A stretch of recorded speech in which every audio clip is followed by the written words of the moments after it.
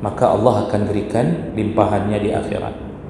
Nah, di dunia hanya sebagai tempat ujiannya saja. Jadi Allah bisa menaikkan derajat seorang hamba melalui dua perkara. Yang pertama, melalui amal salehnya sendiri. Jadi dia berjuang untuk melakukan amal saleh, taat kepada Allah, sehingga Allah akan naikkan derajatnya, angkat oleh Allah. Jadi diangkat, dinampakkan satu surga, lalu ternyata tidak berhenti di pintu surga tersebut, naik lagi, karena surga itu bertingkat. Surga Firdaus itu tingkatan tertinggi, tinggi derajatnya, tinggi tempatnya. Maka sahabat itu ketika bertanya kepada Nabi, ya Rasulullah, berapa jarak antara surga yang paling tinggi, yang di atas dengan yang di bawah? Apa jawaban Nabi? Assalamualaikum warahmatullahi wabarakatuh. Banyak sekali pertanyaan jamaah, Ustadz kasih kami channel untuk kajian anak-anak muda. Di antara anak muda berasal dari Aceh, luar biasa, channelnya Maulizul Akbar Nak. Tonton, subscribe, like, share, komen. Assalamualaikum warahmatullahi wabarakatuh.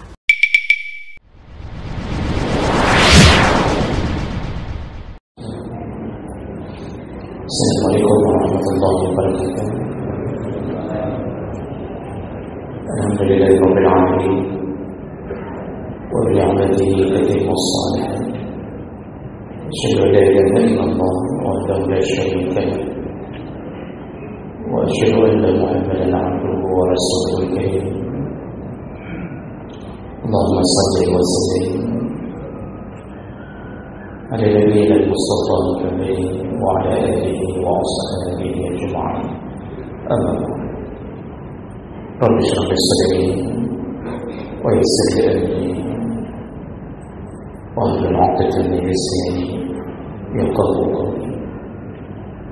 Segala puji bagi Allah, kemudian salawat dan salam kepada Rasulullah, pada keluarga dan seluruh sahabat-sahabatnya.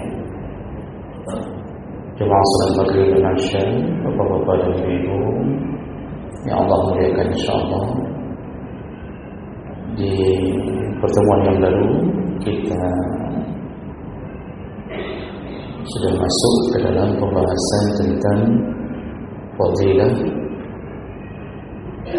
ketika diberi sakit oleh Allah Subhanahu wa taala. Dan kita sudah bahas fadilah yang pertama, yaitu dengan diberi sakit oleh Allah, maka sebenarnya orang tersebut sedang digugurkan dosa-dosa dan kesalahan-kesalahannya. Bahkan kata Nabi, bagaikan gugur dedaunan dari pohonnya. Begitulah berguguran dosa dari orang yang diberi sakit oleh Allah Subhanahu wa taala. Makanya terakhir kemarin kita menyebutkan salah satu yang dilakukan oleh Nabi sallallahu alaihi wasallam ketika mengunjungi orang yang sakit, maka beliau mengucapkan la ba'sa tahurun insyaallah. Ini hadis riwayat Bukhari dengan derajat yang sahih. Nabi sallallahu alaihi wasallam idza dakhala ala marid ya'uduhu, Nabi kalau mengunjungi orang yang sakit, lalu Nabi berkata la ba'sa tahurun insyaallah. Jadi maksudnya Nabi mengatakan tidak mengapa, bersabarlah, ini biasa, kira-kira begitulah. Tahur insyaallah, kamu sedang disucikan kembali oleh Allah Subhanahu wa taala. Nah, jadi ini hakikat yang ingin diberitahu Nabi. Orang yang sakit itu sedang disucikan kembali oleh Allah Subhanahu wa taala. Namun syaratnya satu, terima, ridha dan bersabarlah.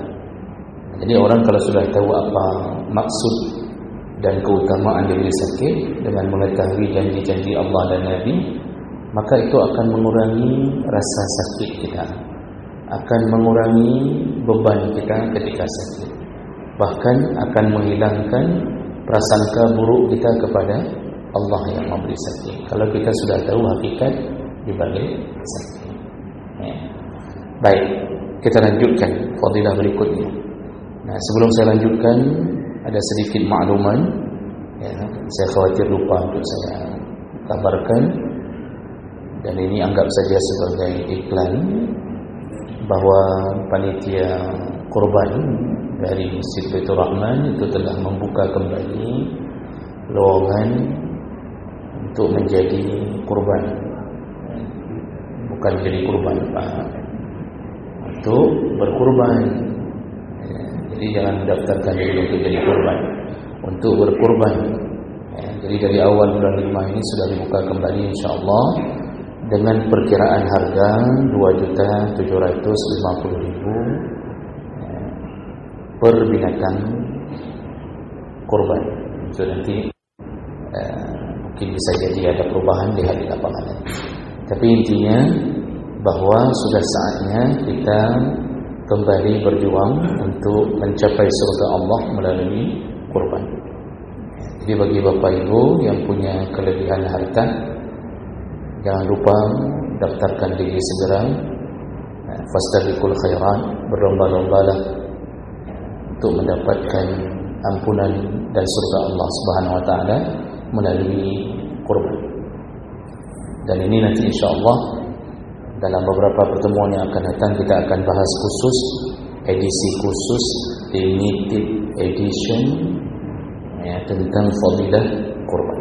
Hari ini saya hanya sebagai perpanjangan lidah dari panitia kurban untuk menyampaikan informasi bahawa kurban, pendaftaran kurban telah dibuka kembali. Baik.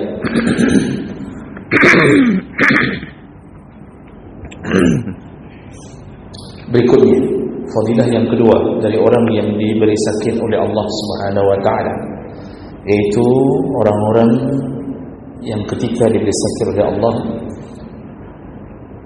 agar dia mengetahui bahwa sakit itu mengangkat derajat dan menambah kebaikan. Jadi dengan diberi sakit, sebenarnya Allah ingin mengangkat derajat hamba tersebut sekaligus menambah kebaikan kepadanya. Jawabkan Allah Subhanahu wa taala. Derajat yang dimaksud adalah anugerah Allah yang Allah berikan untuk menaikkan status seorang hamba menjadi hamba yang berbahagia di akhirat. Sehingga ketika Allah Subhanahu wa taala menyebutkan tentang darajat, maka yang Allah inginkan adalah hamba itu yang selayaknya berada di bawah. Kalau dia terima sakitnya dan dia bersabar, maka Allah akan tinggikan derajatnya, naik menjadi lebih tinggi. Dan semakin berat ujian yang dia terima, maka semakin tinggi derajat yang Allah beri. Nah, nanti ini pembuktiannya dengan pemberian surga. Jadi Allah satu-satunya yang bisa menaikkan derajat hamba. Ada kalanya hamba itu di dunia tidak dikenal oleh penduduk bumi, tapi bisa jadi di sisi Allah dan semua penduduk langit, hamba itu adalah hamba yang terbaik. Dan Allah bisa naikkan derajat seorang hamba melalui dua perkara. Allah bisa naikkan derajat seorang hamba, dan itu nanti direalisasikan di akhirat. Karena dunia bukan untuk menjadi tempat puncak kebahagiaan melalui derajat tadi, maka Allah akan berikan limpahannya di akhirat. Nah, di dunia hanya sebagai tempat ujiannya saja. Jadi Allah bisa menaikkan derajat seorang hamba melalui dua perkara. Yang pertama, melalui amal salehnya sendiri. Jadi dia berjuang untuk melakukan amal saleh, taat kepada Allah, sehingga Allah akan naikkan derajatnya. Dan ini Allah sebutkan di dalam surat Al-An'am ayat 132, wa likullin darajatum mimma 'amilu. Setiap orang bisa berbeda-beda tingkatannya, mimma 'amilu, sesuai dengan apa yang mereka kerjakan. Jadi tingkatan derajat seorang hamba itu bisa berbeda-beda sesuai dengan mimma 'amilu yang mereka lakukan. Makanya kita ini rambut boleh sama hitam, kemudian kulit boleh sama, tetapi bisa jadi di sisi Allah tingkatan kita berbeda-beda. Ada orang-orang yang dimuliakan Allah dengan amal saleh melalui hartanya. Ada yang dimuliakan Allah dengan amal saleh melalui badannya. Jadi orang-orang yang suka bersujud di hadapan Allah, suka melakukan amalan-amalan yang selayaknya tak wajib tapi dia istiqamah melakukannya, itu Allah bisa naikkan derajatnya nanti di sisi Allah Subhanahu wa taala. Dan orang tua yang lelah mendidik anaknya, kelelahan mendidik anak, itu juga menjadikan penyebab derajatnya akan tinggi di sisi Allah. Makanya ada satu hadis, ketika seseorang yang sudah berhasil mendidik anaknya, berhasil dalam tanda kutip pandangan akhirat, dengan segala kelelahan, harta, lalu anaknya menjadi anak yang saleh. Apa kata Nabi sallallahu alaihi wasallam? Nanti orang tua tersebut ketika berada di akhirat dan saatnya untuk dimasukkan surga, ternyata dia diangkat oleh Allah. Jadi diangkat, dinampakkan satu surga, lalu ternyata tidak berhenti di pintu surga tersebut, naik lagi, karena surga itu bertingkat. Surga Firdaus itu tingkatan tertinggi, tinggi derajatnya, tinggi tempatnya. Maka sahabat itu ketika bertanya kepada Nabi, ya Rasulullah, berapa jarak antara surga yang paling tinggi, yang di atas dengan yang di bawah? Apa jawaban Nabi? Seperti engkau hari ini melihat bintang-bintang di langit. Jadi Firdaus itu tempatnya tinggi. Nah, orang tua yang sudah lelah mendidik anaknya, bersabar dengan segala ujian, dinampakkan surga oleh Allah, ternyata tidak berhenti di pintu surga itu, terus naik, terus naik, terus naik. Lalu kemudian orang tua ini heran, lalu bertanya kepada Allah, "Anna li hadza?" Kenapa engkau memperlakukan aku begini ya Allah? Artinya, kenapa engkau beri derajatku begini ya Allah? Ya, terus disuruh naik, ini bukan tempatmu, naik lagi, ini bukan tempatmu, naik lagi, terus saja. Dan bisa jadi di surga Firdaus. Maka orang ini bertanya, kenapa engkau memperlakukan aku begini ya Allah? Apa jawaban Allah? Bi istighfari waladika laka. Ini hasil istighfar anakmu untukmu. Kenapa dia istighfar? Karena engkau mendidiknya.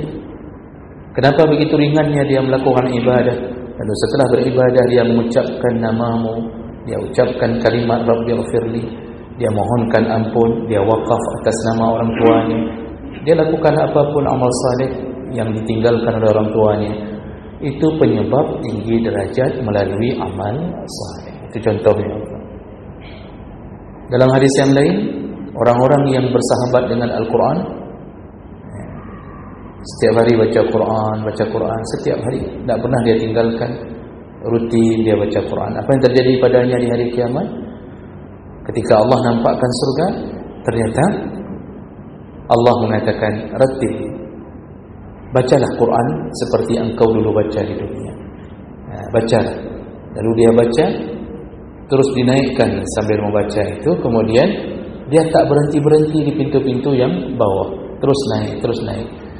Lalu kemudian Allah mengatakan, teruslah naik sampai di akhir bacaan yang engkau baca seperti engkau baca di dunia. Rupanya bacaannya di dunia kalau istiqamah membuat dia dipilihkan surga yang tertinggi. Itu makna ditinggikan derajat oleh Allah gara-gara amalan saleh membaca Quran. Jadi bagi kita yang mungkin tak sanggup lagi menghafal, Bapak Ibu, karena kita kan kalau sudah di atas umur 50-an itu dah, jangankan 50 Pak, 40 ke atas itu dah susah menghafal. Apalagi kita ni kadang-kadang dibebankan dengan urusan nafkah, tak sempat duduk untuk menghafal. Apalagi yang sudah rambut putih itu kan tak ada waktu kadang-kadang. Pernah coba tapi gagal. 10 tahun kuliah Iwal Kathirun tak dapat. Itu contoh. Itu wajar karena ketuaan, umur yang tua itu menyebabkan lemahnya daya berfikir. Tapi perlu kita tahu bahawa untuk mencapai derajat itu tak mesti harus menghafal. Baca saja Quran tiap hari Pak, rutin. Jadi usahakan khatamnya terus berlanjut, berulang-ulang. Jadi bukan hanya dalam Ramadan. Habis Ramadan paksakan, sempatkan waktu. Habis subuh 2 halaman, habis zuhur setengah halaman, habis asar sambung sedikit kalau sempat, atau habis maghrib. Kalau ada pengajian ni jangan baca Quran dulu.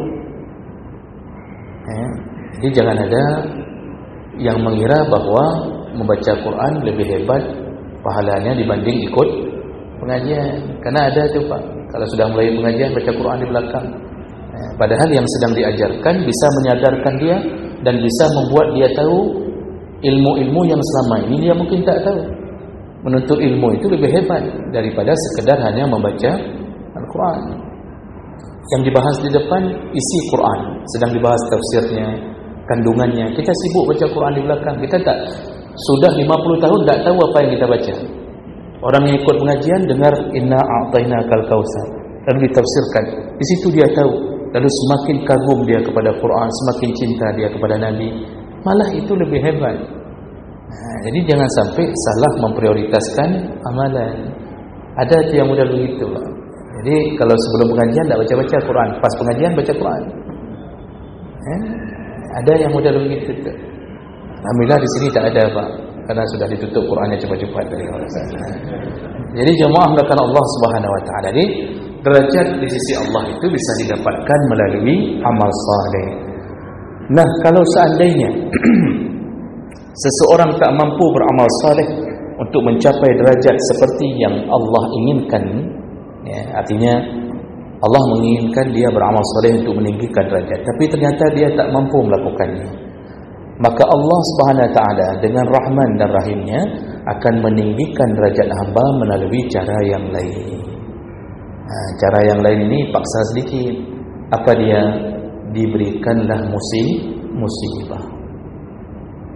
Jadi ketika seorang hamba baca Quran tak istiqamah, lalu kemudian mendidik anak pun kadang-kadang sempat, kadang-kadang tak sempat, kadang-kadang kurang sabar, macam-macam. Jadi dalam amalan-amalan yang sunnah pun dia tidak rutin melakukannya. Kadang-kadang ada yang salat wajib ada tapi tidak mau berjamaah. Nah, ketika Allah melihat dia tidak ingin atau tidak mampu melakukan amal saleh untuk meninggikan derajatnya, maka Allah paksa dia untuk mengambil jalan yang kedua. Dan jalan yang kedua ini ada sedikit unsur paksaan, tapi tujuannya juga untuk meninggikan derajat hamba. Ini membuktikan Allah itu maha baik. Bagaimana caranya? Diberikanlah musibah. Ini disebutkan oleh Nabi SAW dalam hadis riwayat Ibnu Hibban Al-Hakim dengan derajat yang hasan dari Abu Hurairah radhiyallahu anhu, qala Rasulullah sallallahu alaihi wasallam, innar rajula takunu lahu al-manzilah 'inda Allah fama yuballighuha bi'amal. Jadi kata Allah, setiap seorang hamba itu ada kedudukan di sisi Allah Subhanahu Wa Taala, dan dia tak mampu, fama yuballighuha bi'amal. Ternyata ada orang yang tidak mampu memperoleh derajat itu dengan beramal. Jadi dia nak mampu dengan beramal. Apa yang dilakukan? Fala yazalu yabtalihi bima yakrahu hatta yuballighahu zalik. Maka Allah akan buat dia senantiasa menerima musibah dari Allah sampai dia mencapai derajat yang telah diinginkan oleh Allah Subhanahu wa taala. Makanya kita selama ini mungkin memikirkan orang-orang itu kalau beribadah itu kelebihan bagi dia. Lalu kita sebaliknya berpikir kalau orang yang sakit, sebentar-sebentar musibah datang, meninggal anaknya, kemudian kebakaran rumahnya, diberi kemiskinan, susah dapat harta, ada yang sudah 15 kali tes PNS tak lulus, ada yang tidak tes lulus sendiri. Jadi ada orang yang diberi macam-macam musibah, menanggung nafkah, anak banyak, isteri banyak, tapi nafkah tak cukup. Ini semua musibah dari Allah Subhanahu wa taala. Kalau dia menerima keadaan itu, bertawakal dengan semua pemberian Allah, ternyata itu juga menjadi jalan yang dibuat oleh Allah agar hamba itu mencapai muara yang sama, yaitu derajat yang telah ditentukan oleh Allah Subhanahu wa taala. Oleh kerana itu, salah satu musibah yang Allah beri pada badan untuk meninggikan derajat kita, yaitu diberilah sakit oleh Allah. Jadi mudah-mudahan kita yang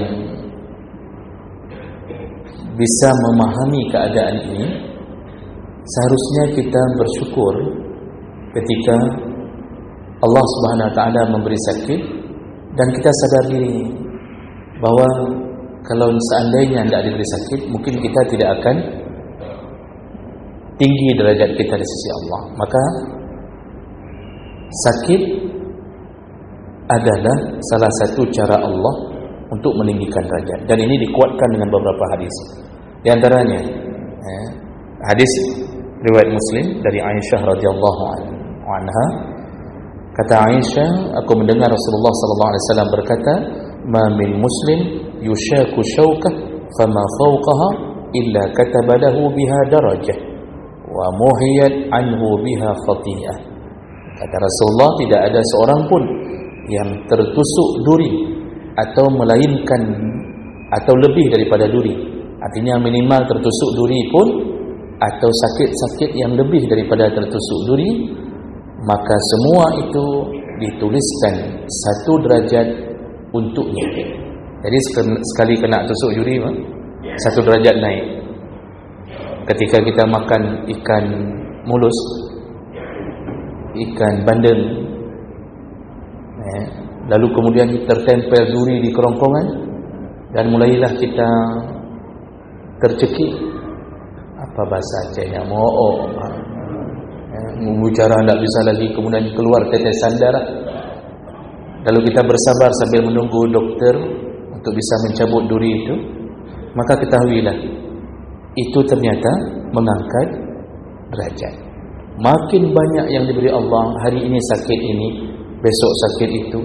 Jadi ada jadual rutin. Kalau Sabtu Minggu asam urat, kemudian Senin sampai Selasa kolesterol, lalu kemudian ujung-ujungnya setelah beberapa tahun stroke, macam-macam, berhenti dari stroke ringan naik ke stroke berat, macam model.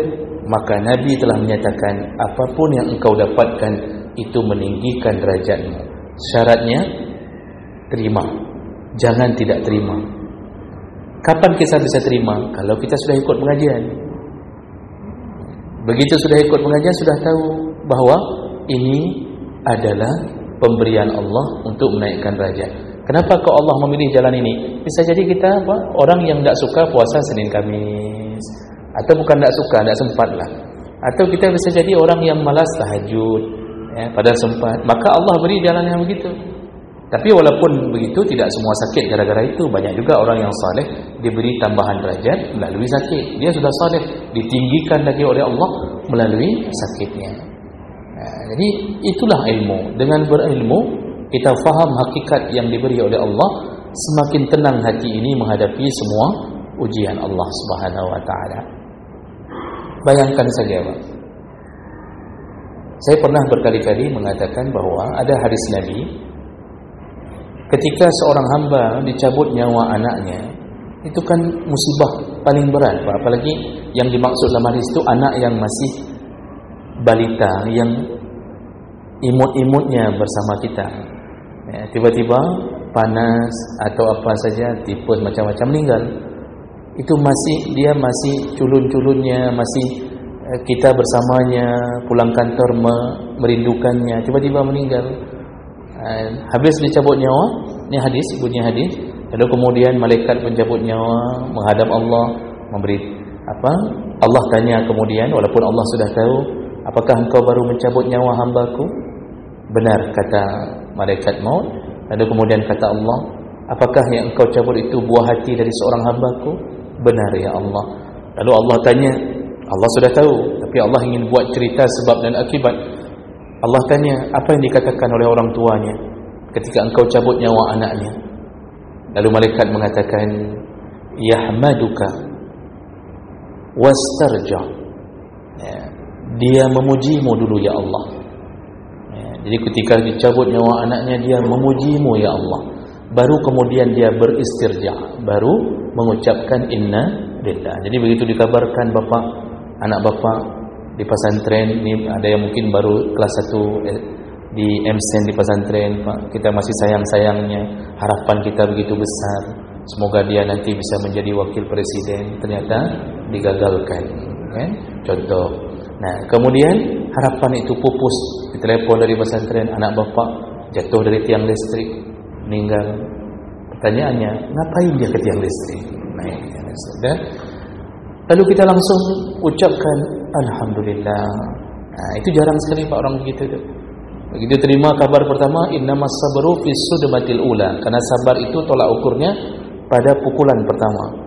Begitu dapat kabar, langsung hatinya mengatakan alhamdulillah, segala puji bagimu ya Allah. Dalam hati langsung terbersit bahawa terima kasih ya Allah, engkau cabut nyawa anakku, engkau masukkan surga sebelum dia balik, engkau bebaskan dia dari dosa, dalam catatannya belum ada dosa. Kita hari ini capek jadi anak, apa? Jadi hafiz, jadi ini, jadi itu, ujung-ujungnya berdosa. Itu yang dicabut-cabut nyawa sebelum balik, semua tanpa catatan amal. Artinya dia bukan hamba yang berdosa. Maka itu tujuan kita sebenarnya. Cuma kita bersedih hati saja, tapi kita puji dulu, langsung Allah naikkan derajatnya. Allah mengatakan kepada malaikat, kalau itu yang dia katakan, pergilah engkau ke surga, lalu siapkan rumah untuknya, untuk orang tua ini, siapkan rumah, tulis sepanduk besar-besar di depannya. Apa yang tertulis? Yaitu Baitul Hamdi. Tulislah ini rumah puji-pujian. Jadi memuji Allah di saat diberi musibah, itu adalah sehebat-hebatnya pujian yang kita berikan. Karena seharusnya kan kita mencaci Allah, artinya itu layak normal terjadi. Begitu maka pada pekan kami gaina, pekan ya Allah dicabut nyawa anak edung, pekan menoa, itu yang kita lakukan. Tapi masya Allah orang ini melakukannya. Maka jemaah melakukan Allah Subhanahu Wa Taala, musibah itu mengangkat derajat. Nah, kemudian semakin tinggi agama kita, semakin bagus kita beragama, semakin besar musibah yang kita terima. La yukallifullah nafsan illa wus'aha. Allah tidak bebankan sesuatu kecuali sesuai dengan kemampuan. Kemampuan apa ini? Kemampuan iman. Kemampuan iman. Jadi bukan kemampuan fisik, Pak. Kalau kemampuan fisik tidak bisa diukur. Ada orang yang sudah lemah malah terus-terusan diberi musibah, lemah, miskin, lalu kemudian tumbuh tumor, kanker. Sudah miskin, kanker, tidak sembuh-sembuh, akhirnya cacat, seumur hidup tidak bisa bangun-bangun. Itu orang yang sudah lemah malah dapat musibah. Malah yang badan besar-besar, Pak, yang berotot, otot bajang, kemudian kekarnya Masya Allah, ada 6 lipatan di perutnya. Kita juga punya 6 lipatan, cuma tidak kekar. Jadi yang model-model begitu ternyata malah tidak dapat musibah, Pak. Dia angkat barbel di tempat gymnya, itu tidak jatuh-jatuh besi ke mukanya. Padahal ke masjid tidak pernah nampak, ke mushola tidak pernah nampak, jamaah tidak pernah. ya, amal saleh tapi tak dapat musibah. Maka yang dimaksud wus'aha di situ bukan ukuran fisik, ya, tapi ukuran iman. Apa maksudnya? Semakin bagus iman seseorang, semakin besar ujian Allah. Nah, kenapa begitu? Allah sayang pada orang beriman, makanya Allah ingin lambungkan derajatnya. Maka buktinya Nabi SAW itu orang yang maksum, tidak diizinkan berbuat dosa oleh Allah. Tapi coba lihat bagaimana musibah terhadap Nabi. Ternyata musibahnya melebihi daripada orang-orang yang didakwahkan oleh para Nabi. Maka hadis-hadis ini menyebutkan tentang hal itu. Salah satunya contohnya An Mus'ab bin Sa'ad an abihi qala qultu ya Rasulullah ayyun nas ashaddu bala.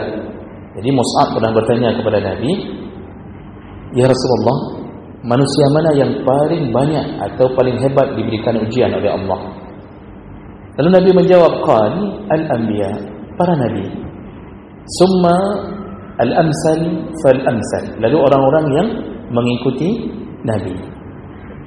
Artinya yang semakin taat mengikuti Nabi, semakin besar ujian yang diberikan Allah Subhanahu wa taala. Fayabtadi ar-rajul ala hasbi dini. Lalu Nabi menjelaskan seseorang diberi ujian berdasarkan ukurannya beragama. Semakin buat, semakin bagus, semakin kuat, semakin taat, maka siap-siap semakin besar ujian yang diberikan oleh Allah Subhanahu wa taala.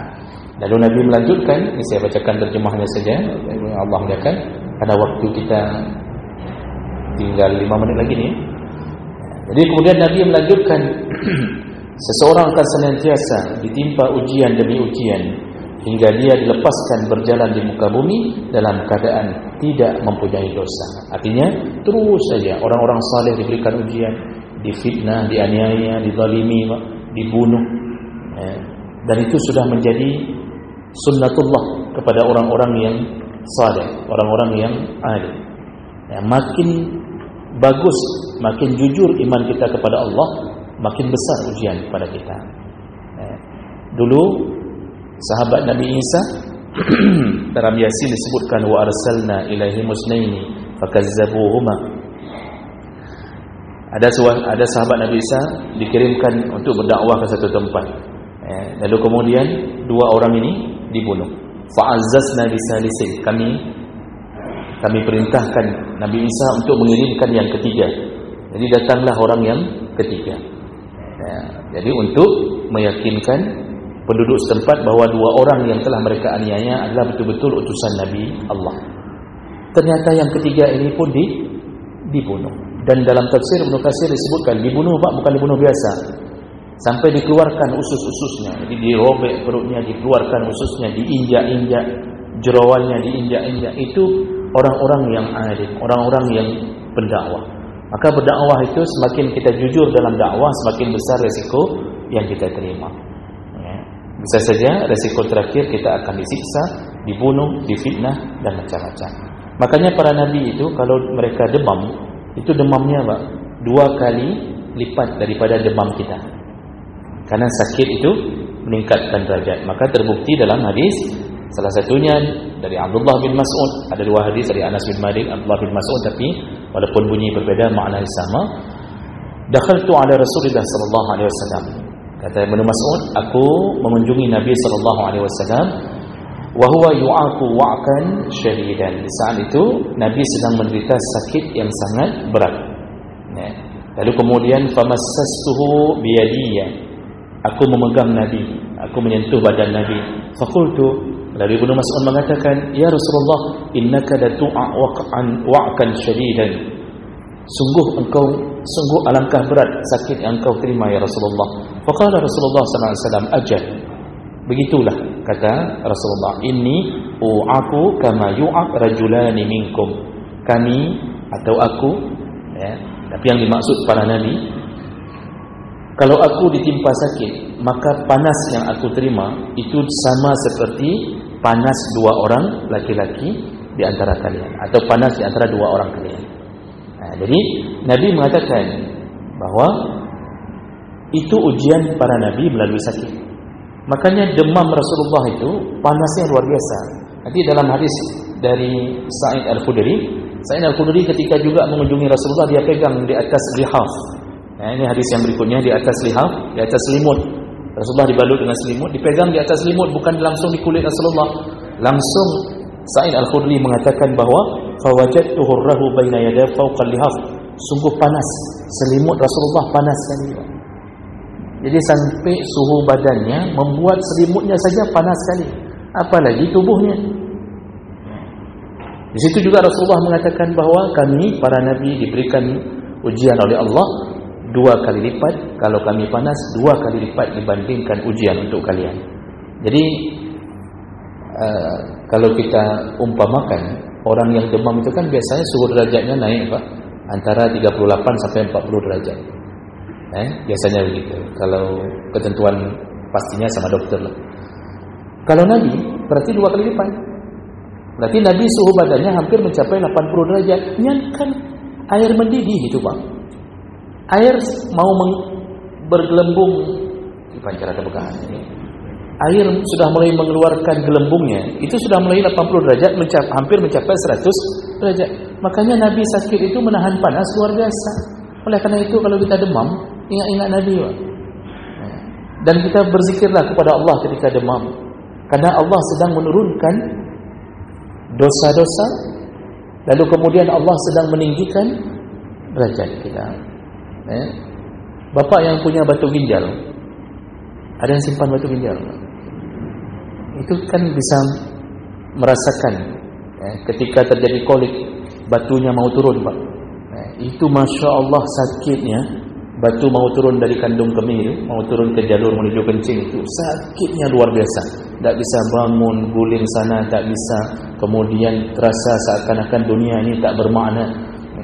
Itu semua ternyata meninggikan derajat kita. Maka bersabarlah kalau diberi sakit oleh Allah Subhanahu wa taala. Mudah-mudahan bermanfaat. InsyaAllah kita sambung kembali di pertemuan yang akan datang. Subhanakallahumma bihamdika asyhadu an la ilaha illa anta astaghfiruka wa atubu ilaik. Wassalamualaikum warahmatullahi wabarakatuh.